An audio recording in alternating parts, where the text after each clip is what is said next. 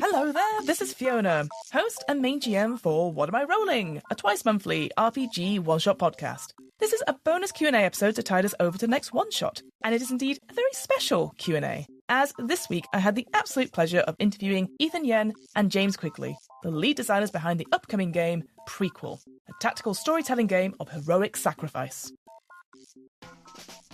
In Prequel, players play doomed heroes fighting against their final adversary. Over the course of the game, they play out a tactical combat whilst building the hero's quest using the world, events, and bonds that lead the heroes to this point. Although they will not defeat the evil, they can still leave a legacy for future generations. It was an absolute delight to interview both Ethan and James about Prequel and how the game has developed throughout playtesting.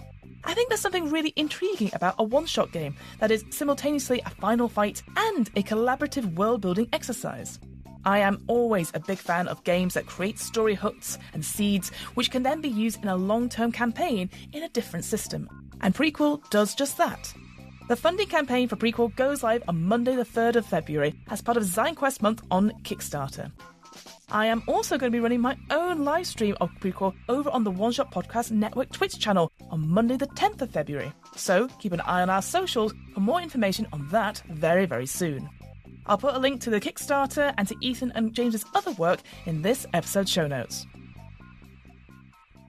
Could you introduce yourself for our wonderful audience? Who are you and what do you do? And I'd say either of you can go, because I appreciate there's two of you, so sometimes it's like... Yes. James, you can go first. Oh, no. Sick. Yeah, my name's James Quigley. I'm a digital and tabletop game designer. I make games... on the side for tabletop, and for my full-time job, I work on digital AAA games at Iron Galaxy. I'm Ethan Yen. I use he, him pronouns. I'm a tabletop game designer and writer, so I do freelance game design as well as write and produce my own games. I've worked with publishers like Evil Hat, Ghostfire Gaming, and Hit Point Press, and Wet Ink Games, and I'm probably most well known for the game Fetch My Blade. It's a delight to have you both on What Am I Rolling? Very much appreciate it. My other sort of go-to question to get us sort of warmed up is like, how did you guys get into tabletop role-playing games? Like, what's your origin story, I guess, in the TTRPG world? Sure, I can go first for this one. Yeah, switch it back and forth. Yeah, we'll go back and forth. How about that, James? Yeah, for me, at least in TTRPGs, is pretty fairly traditional. I started with Dungeons and Dragons 3.5 edition. Mm-hmm. I have a friend group who I still play with now to this day. And it was probably back in middle school when one of us brought the books in and said, hey, we should try this. And so we convinced all our parents to shell out the money for all 3 core books and started playing. And yeah, we've been playing some form of TTRPG since then. I mean, now we've certainly branched out to other games. But then I didn't actually start, I'd say, writing or entering into like the game design sphere of things until 2019 through DM's Guild, where I started publishing my own adventures and then getting involved with their organized play events and learning how to produce and edit and wrangle writers together and write outlines and things like that. And that got me into the more freelance realm of things. And it wasn't probably until 2021 when I decided like, hey, I'm feeling a little creatively restricted with working with just one game system. And I decided to kind of, open the doors to the rest of the TTRPG sphere. That's, I think 2021 is when I started delving into the indie scene. Yeah. The year you just open the door and go, oh no, and it's already in. Yeah, exactly. I couldn't stop it. The Pandora's box was open, yes. And then that's when I started my hand at designing my own games, and putting them up on Edge and things like that. Nice. What about yourself, James? Back in elementary school, we would do this thing we would call bullshit D&D, which we played it. I didn't know what D&D really meant, but basically you would like roll your fingers under the lunch table, and whatever the DM stopped on was basically the result. And the rule was you could do anything. It's just, if it was a thumb, it was the best result humanly possible. And if the Pinky came up, it was like a catastrophic crash out. Wow. And that was my experience, up until high school, where I finally bit the bullet and said, I want to try running actual like 5th edition, starting with a group of 13 players. And of course, it kind of natural progression. High, It was the type of thing where you had a few people, and people just kept coming up and are like, "Hey, I want to try. Hey, I want to try." I'm like, "Okay, it'll work out fine." It worked out fine. Spoiler alert. But yeah, I definitely went from there. And in terms of like game development, I'm kind of weird in the fact that I set my sights on it very early as a quote unquote career objective, and worked it out, and focusing first on digital stuff. And then during university, I had a professor who actually does research in kind of like tabletop like game studies and play. And they were a big influence in like introducing me to like, hey, by the way, there's all this other wonderful catalog of games out there outside of what 90% of people play, which is D&D. Yeah, it's pretty much. Yeah, I heard someone the other day was like, they use RPG and D&D in interchangeable terms, and and especially when we've had at time of recording we've had that Polygon article come out, but like indie games need to be louder. We're like, we're trying this as well.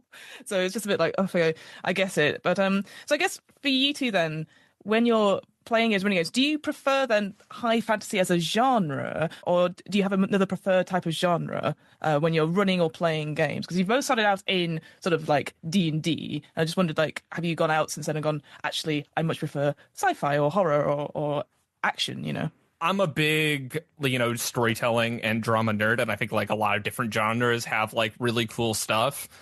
Big thing like I lend with is like I'm a huge sucker for watching a lot of television and like new series and new drama series.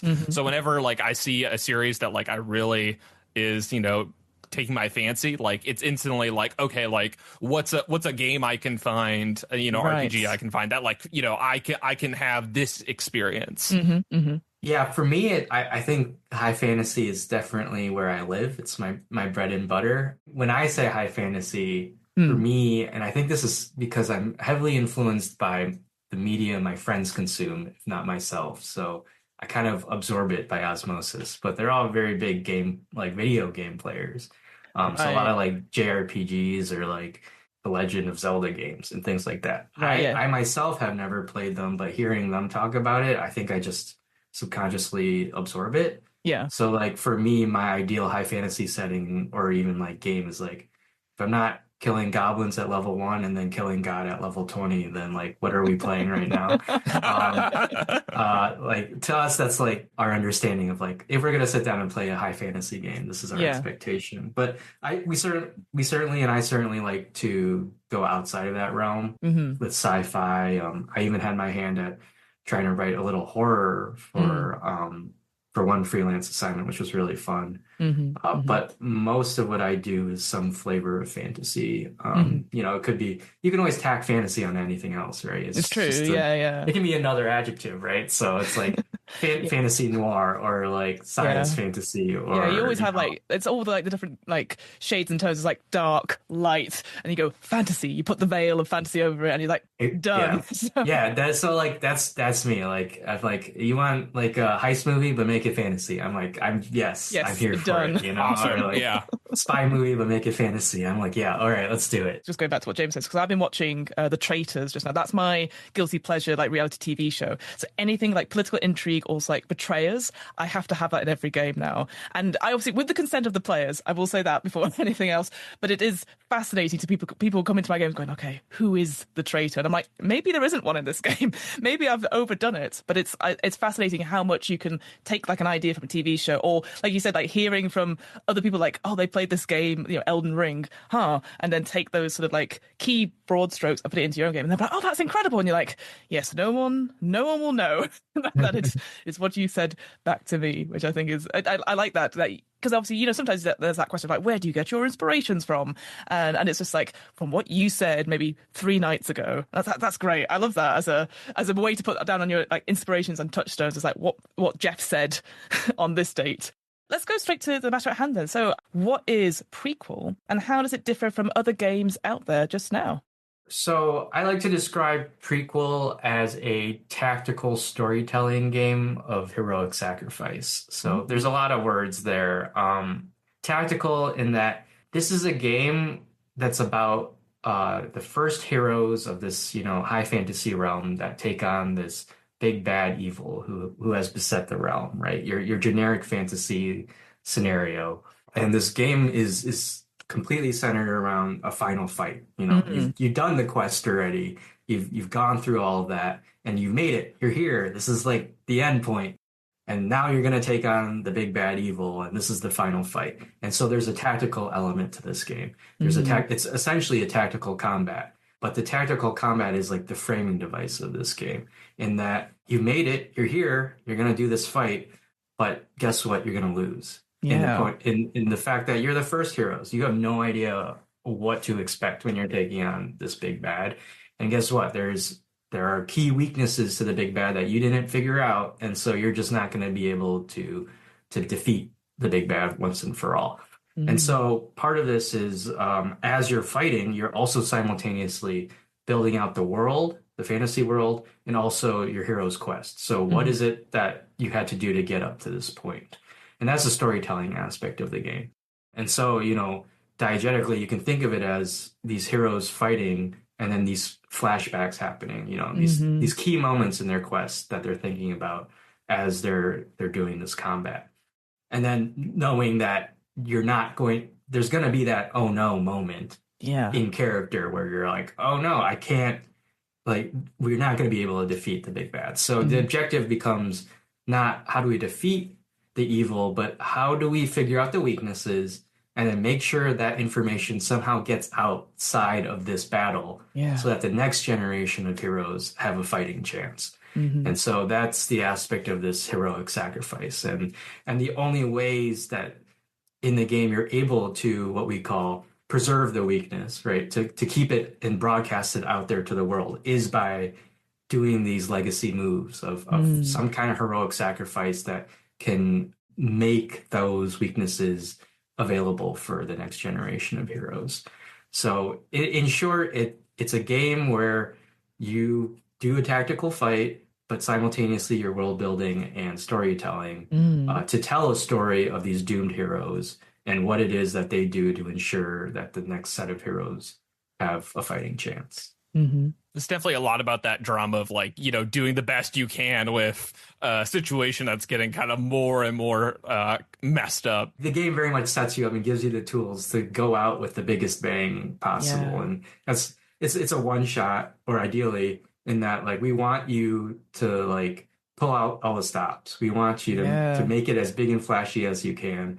But the game also sets it up that the way you go out impacts like how the rest of the game could go, like the rest of the world can go. So it's a one-shot game that you can play as a standalone, but we've also designed it so there are tools that how you play and the results of this game can impact how you start an entire campaign, right? You are those legendary heroes that the main characters hear about. I'm always a big fan of games which then can lead on to future games because of that world building. But this feels so different because normally with world building, and obviously this is in Prequel as well, where you're setting up the timeline and stuff like that. But then that you said, that final fight, the players know they're going to lose. And so whereas before people are like, oh, I don't want to know what the results are. Now they can go, oh, we can go as hard and as far as we can because we know we have to give it our all. It feels very like Rogue One. You see the Death Star, you see all this stuff happening and you're like, it's up to us.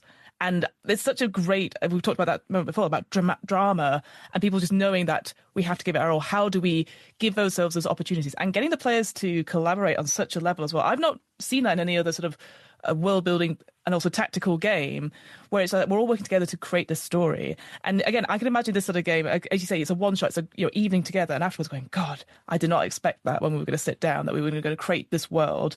And then maybe if all the players are, have their own campaigns, so they could just put in those seeds, because it could be multiple ways that these stories can tell that in the same sort of world. So yeah, I was absolutely sort of gripped when I was reading sort of the preview text that you guys sent through.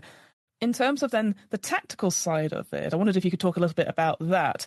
I guess for Prequel, obviously the name's in the title, in the sense of like it's the beginning of the game. But was it always going to be as tactical as you guys have made it to be in the setting? In the sense of we have in the content, most of it, at the beginning we've got this little slight world building and stuff, but the majority of the session is that final fight. And ideally, there should be like a 6x6 grid and people are moving around. So it is as tactical as you guys say. Was that always going to be a major part of this game?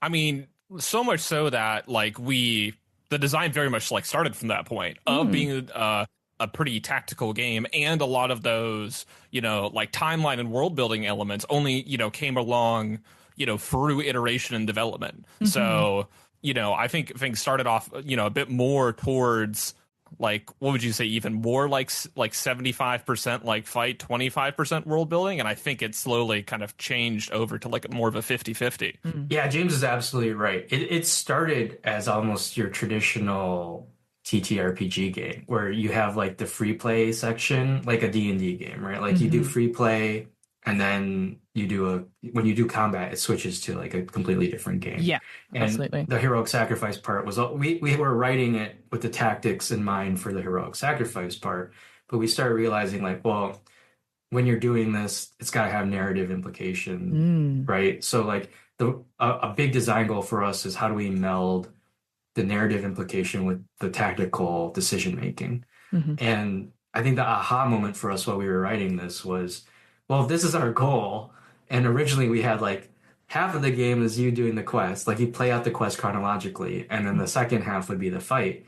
And we were like, well, if the fight is really what matters, let's just make the entire thing the fight, then mesh in the like accounting for the quest and storytelling within the fight itself. And that's where we got into the iteration we see now. Yeah, because like exactly as you said, like when you see, say, episodes of Dimension 20 or even like Critical Role, often it is like this is the social episode. Next week it is the combat episode. So it's very rare to see it all in one without it not, if it's like, oh well, something's happened, I guess we're in combat now. This is all predetermined. Whereas here, it's like, yes, this is at the front and center. So people know what the expectation is going in.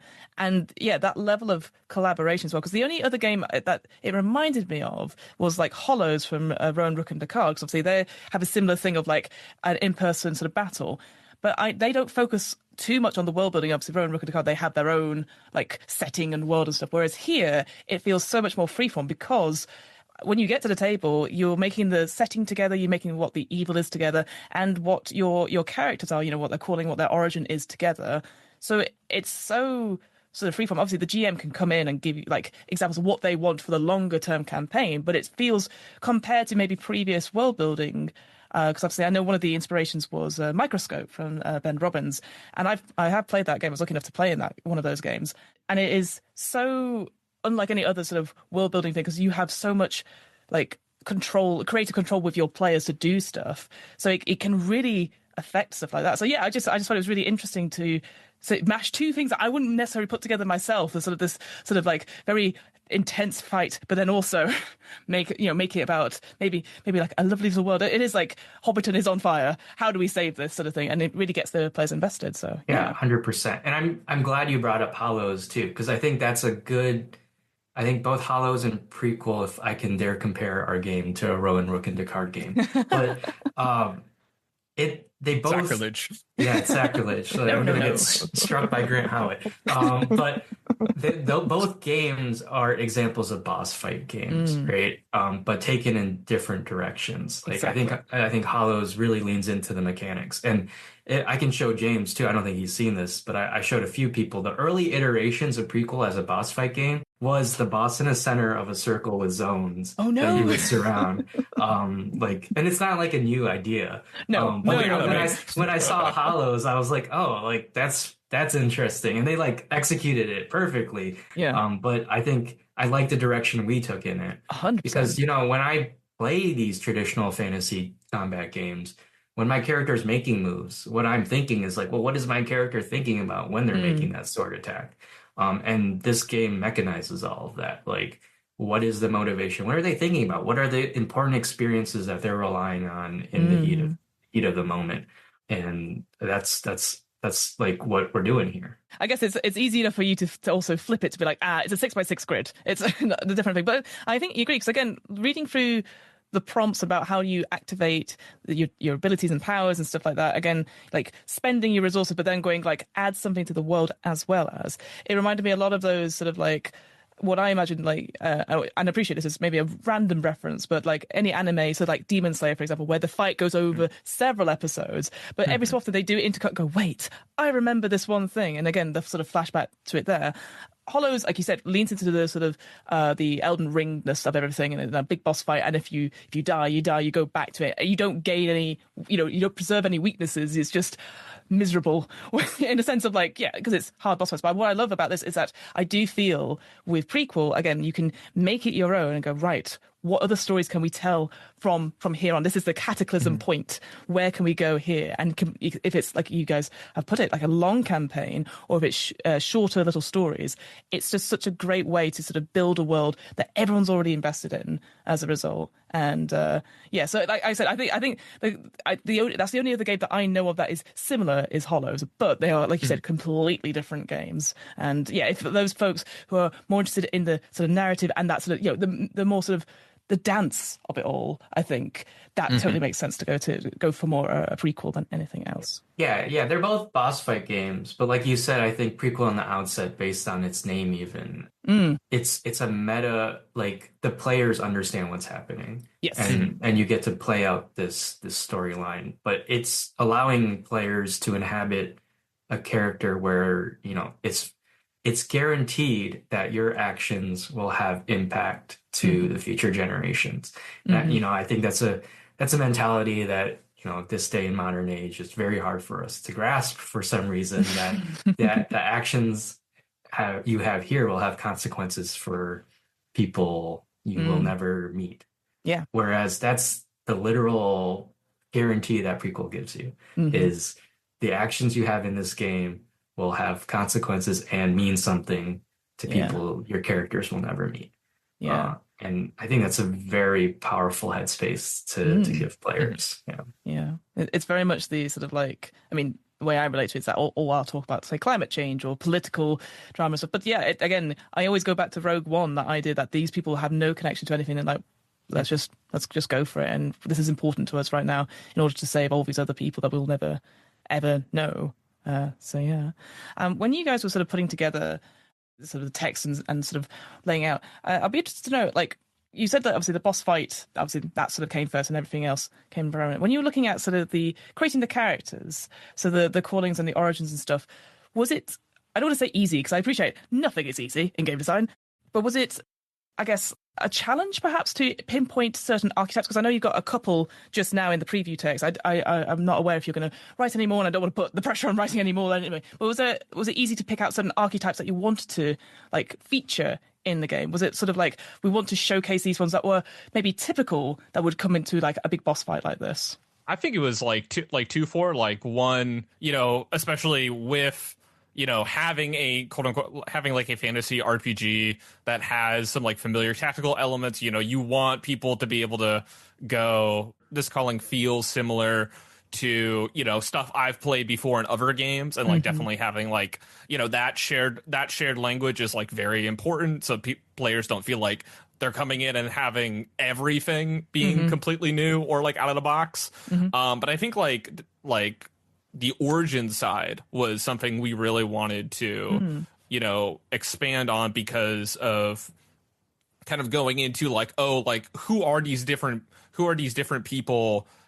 The origins help us kind of show off like, oh, like if someone's like in this almost no-win scenario where they are going to die and they're putting everything on the line, like what are the fantasies we want to evoke in that space and in that narrative? Yeah, and I'll give James pretty much all the credit for this, but the burden mechanic that we had, which is basically the story, like every hero is going to have what we call a burden, which is answering the question of why would someone want to undertake a quest like this in the first place? Yeah. What is driving them to do this? Which is in itself a powerful motivation for a character or a player to role play. But then how does the character resolve that burden?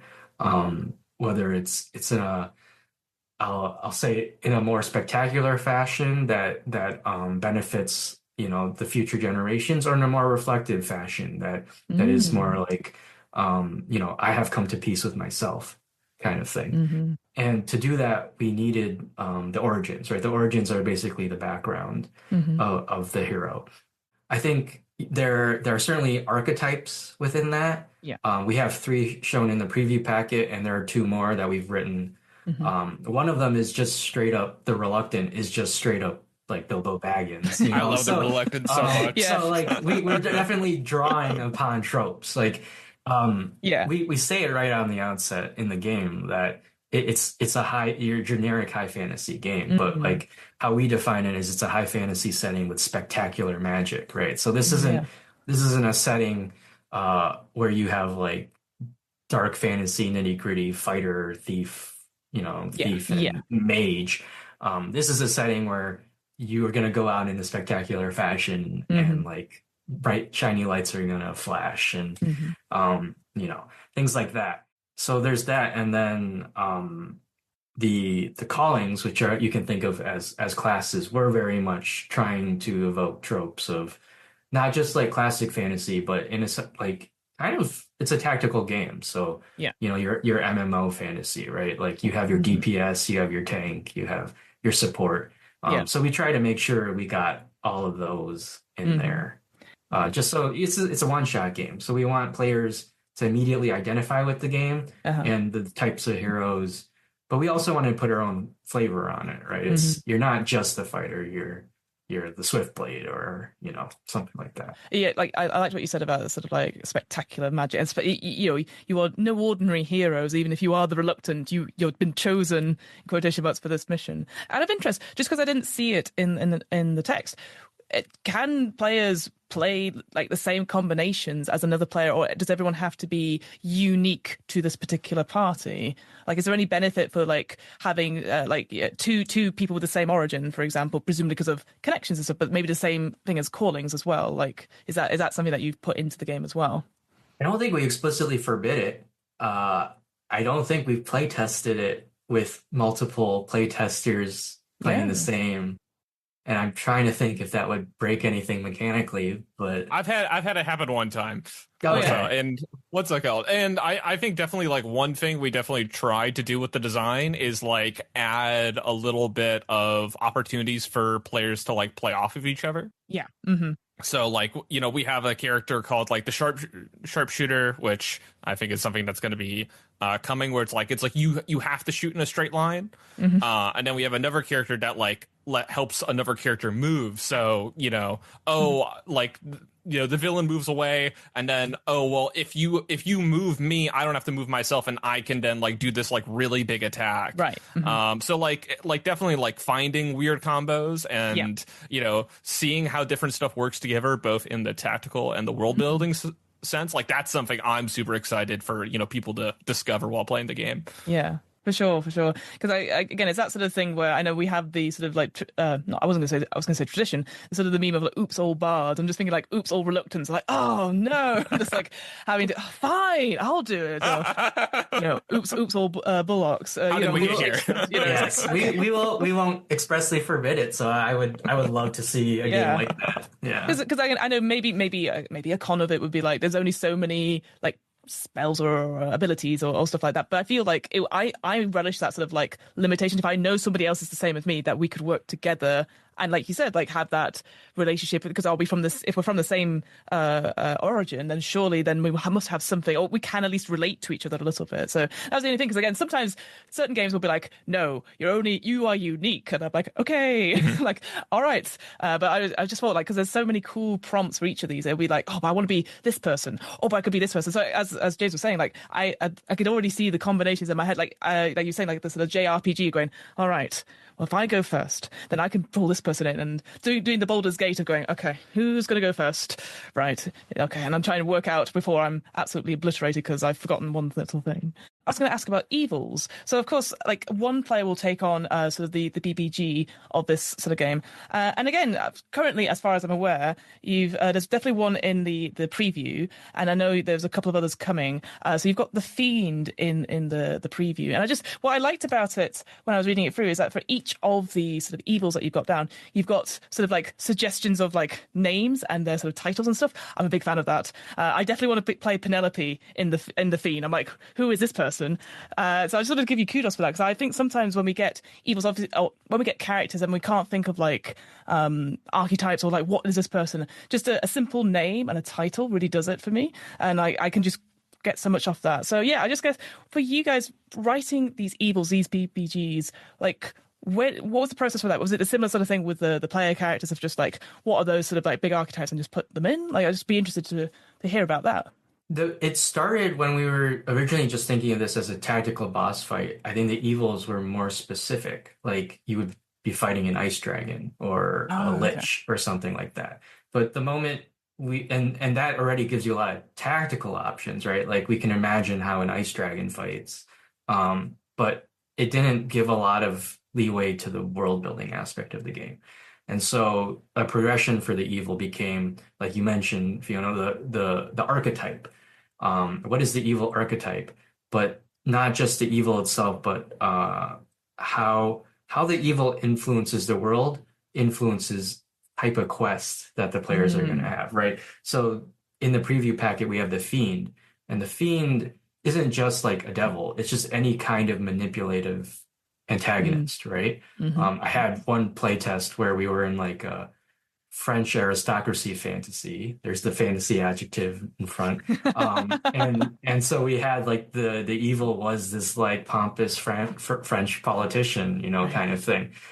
So it can be anything, but it's the archetype of the manipulator. And so what kind of story does that tell? Well, when you read the sheet of the Fiend's abilities, it has abilities that can turn your allies into enemies.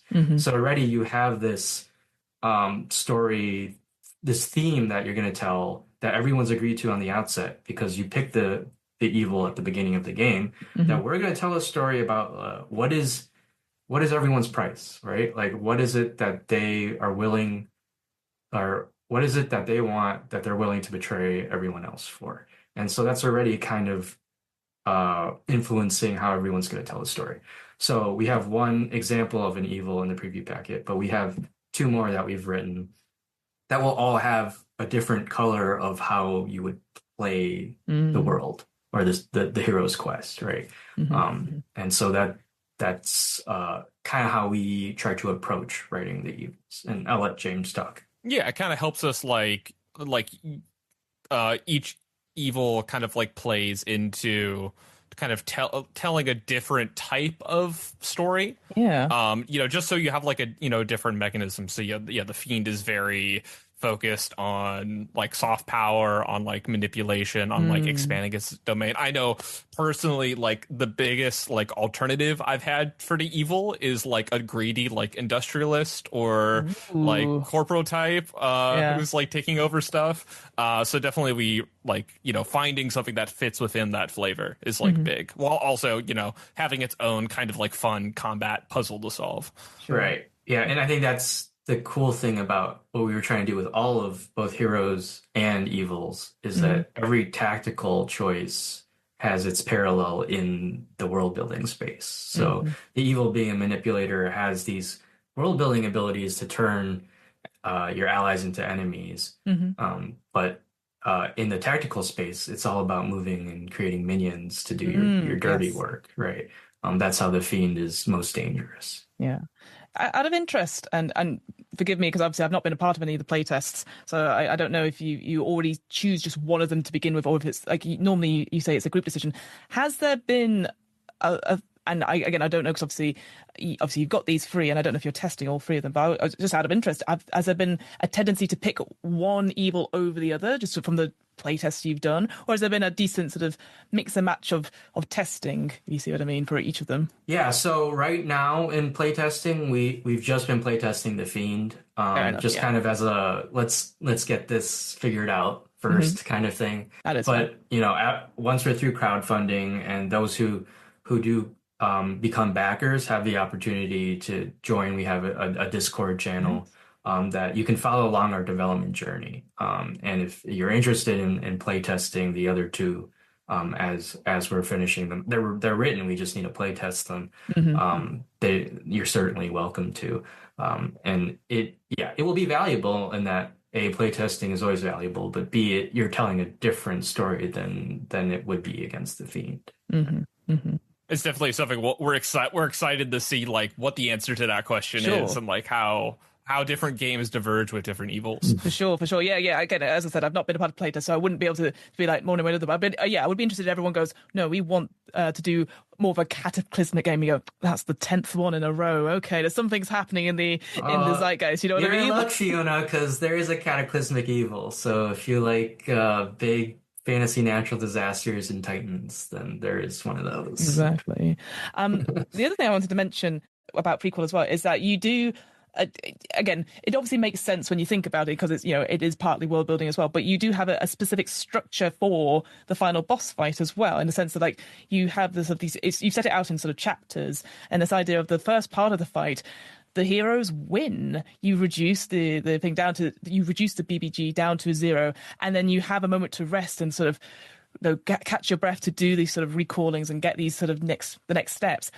And then it's that sort of like the nuance of like, oh no, it's not happened. And that was something I was like, that is such a cinematic thing. I can imagine like, we've done it. And then you turn your back and then there's the eye opens or something. I just thought that was really interesting. Again, I assume that you meant it to be like that. It was always going to be structured in that rather than just have one big fight that was unwinnable. You wanted to have those narrative beats so that players could get invested. But I just thought, because it's these 4 different chapters, and having that realization on the 3rd chapter, like, Rebellion, we've got to do something. We're not winning at this. And then you go into that, as you were sort of talking about, for the preserving the weaknesses so that people will know about it. Was that the case in the sense of like getting those narrative beats down? Or was it, again, a trial and error and go like, well, wait, let's structure this out? Even though it may seem that every fight will be the same, obviously it won't be the same because the players will come into contact with it, I honestly can't remember where we were with like the first iteration in terms of like how those chapters were. I think definitely like from the start, it was Prequel's always been a game that, you're playing Prequel to play a very specific story.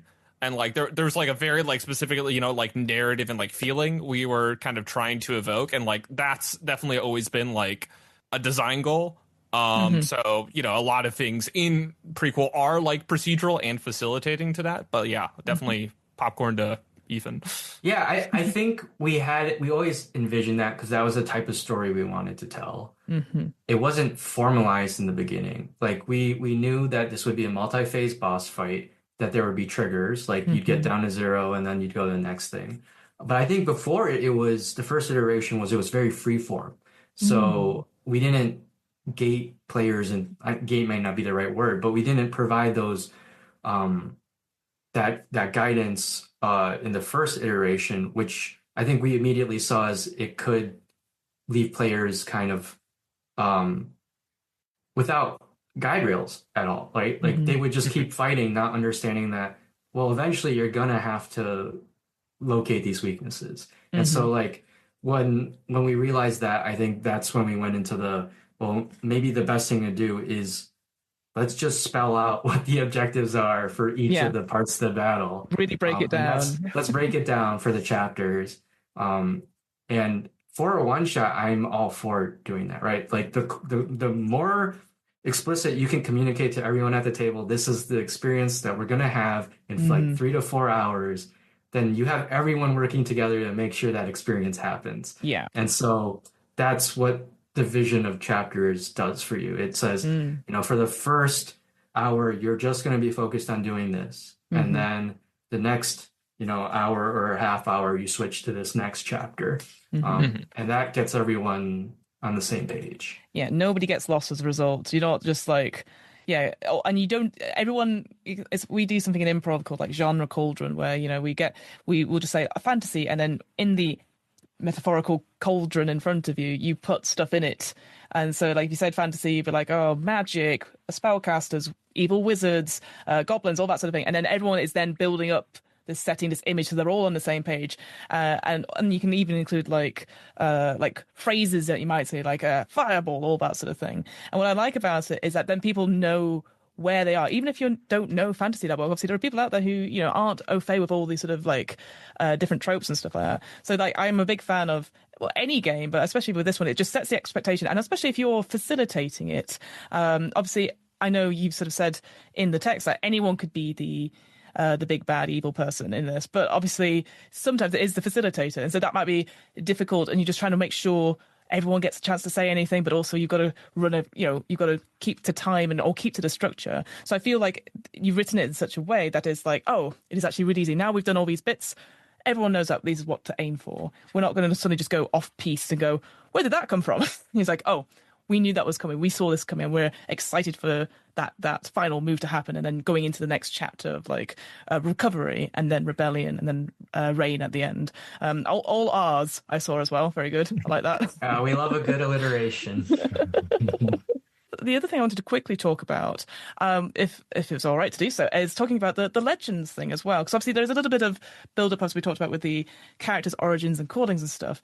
But legends and their upgrades. So from what I understand, is that during sort of the recovery time, recalling their quests, is that characters could dedicate a couple of their actions to something called legends, which builds up almost like this sort of backstory of different kinds. And I think here, I was going to see in the preview text, you've got stuff like the tragic mentor or the enemies to lovers thing. So other sort of tropes you can build outside of it. I just wondered what the thought process was behind that. Like that's sort of like a character building sort of backstory stuff as well as world building stuff. I just wondered where that sort of inspiration came from. I think starting off like that definitely came very much from player feedback early on.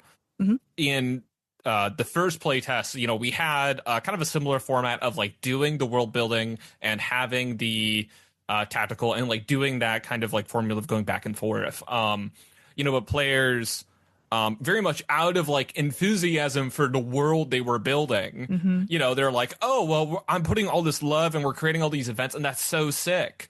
But I don't feel like it's affecting what's happening in the fight or anything that, there was no benefit or connection. Right. So they're like, hey, I really want some mechanism where it's like, oh, the more I kind of like put effort into telling stories, I also get stronger in combat. And I think that's one reason why kind of the legends came to be. And then two, just like, you're doing a lot of world building, and we wanted to really give players something to look off of as reference. Yeah. So they, with the possibilities of possibly doing anything, you have something maybe more confined that you can choose to shoot for, in case you're at a loss or, you need a little bit of guidance. Mm-hmm.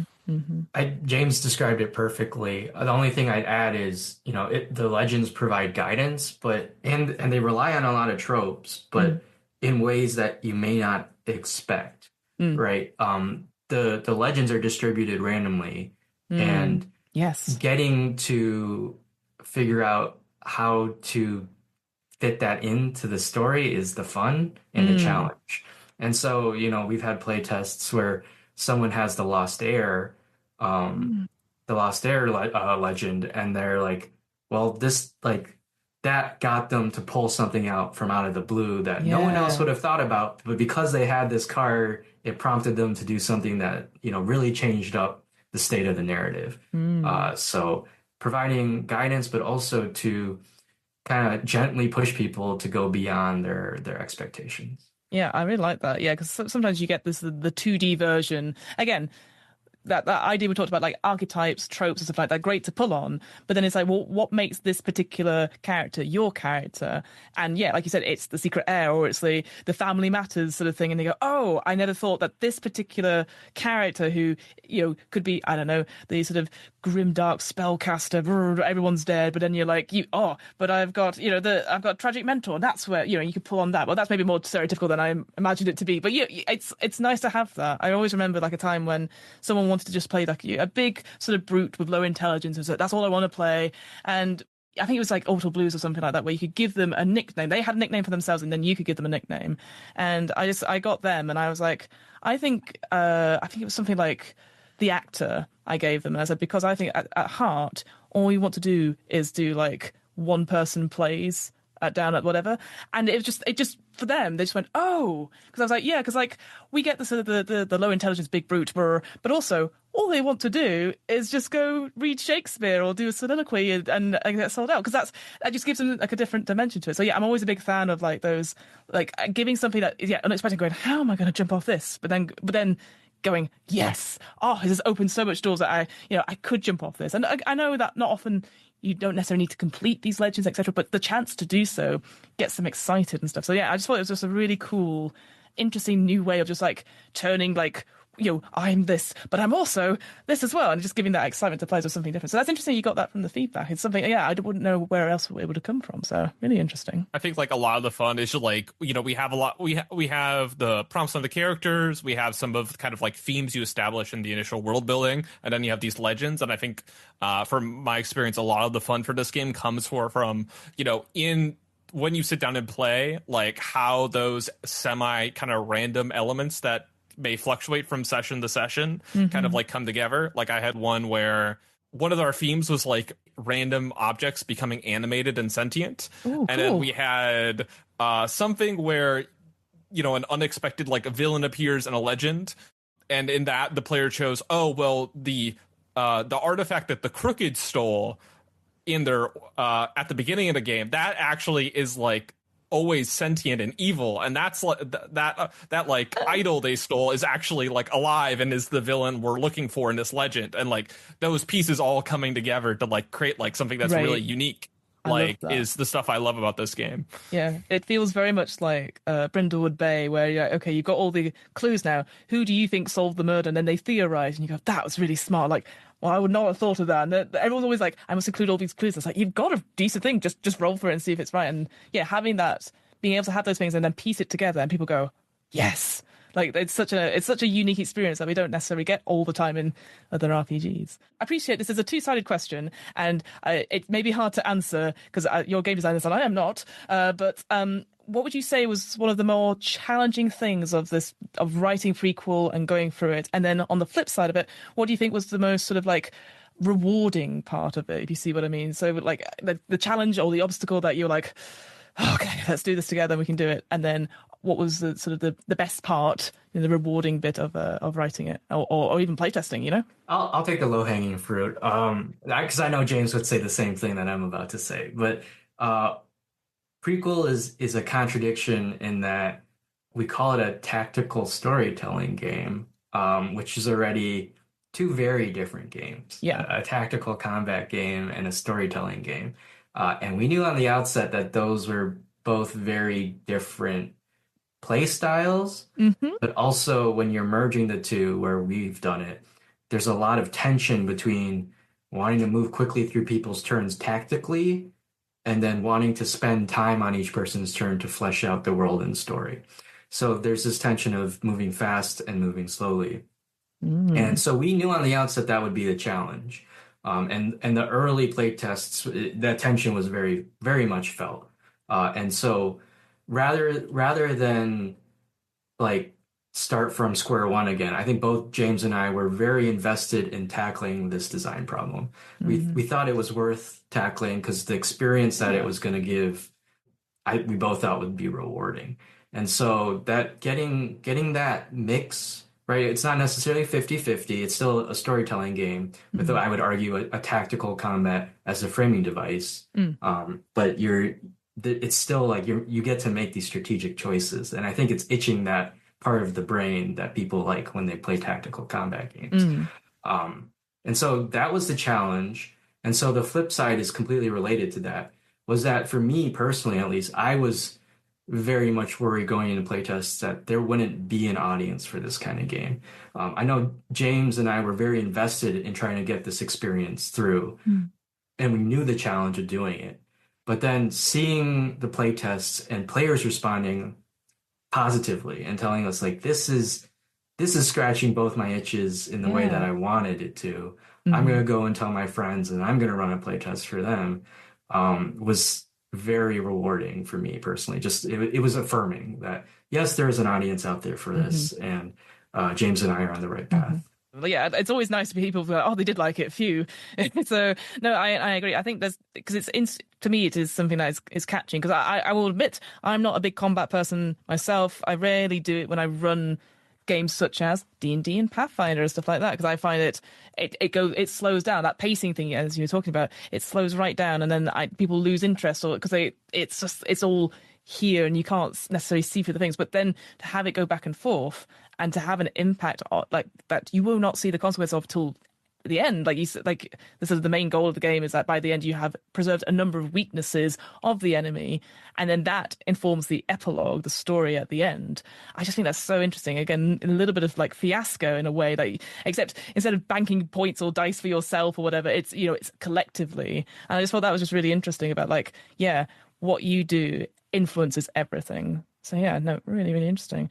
Thank you guys so much. I really appreciate your time on this. I guess my final question before I ask you where we can find your stuff is, if someone was going to play Prequel or run it as a playtest for their own team, which is always very exciting, what's like one big tip or a big piece of advice you would give to that person? I definitely recommend, like, hey, like, if you're play with your group's archetypes. If you're a table that enjoys the tactical side, focus on that and keep it how it is. But if you are a group that enjoys RP and the theatrical, like also like maybe focus on speeding through your turns so you can spend time like living in the space and like jumping into the scenes that you're building, so you can have that drama.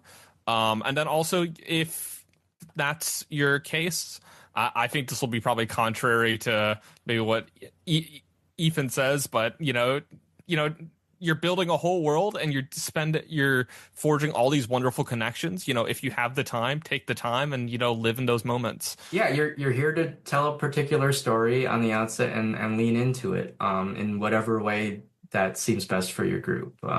We've structured it in a way that tactics will feed into narrative, which will feed into tactics, and we hope that we've struck this feedback loop that will help encourage everyone to keep barreling forward. Amazing. Well, thank you guys so much.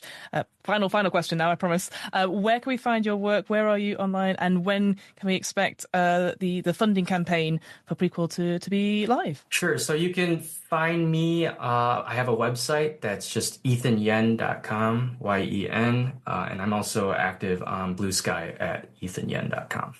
You can Google me at Quigjam, QUIGJAM. I'm on Twitter, Blue Sky, YouTube. And what about the funding campaign for Prequel? When does that go live? So Prequel goes live on February 3rd. And we're going to do something interesting where we're going to just crowdfund for a period of 2 weeks. So it's not going to be any longer than that.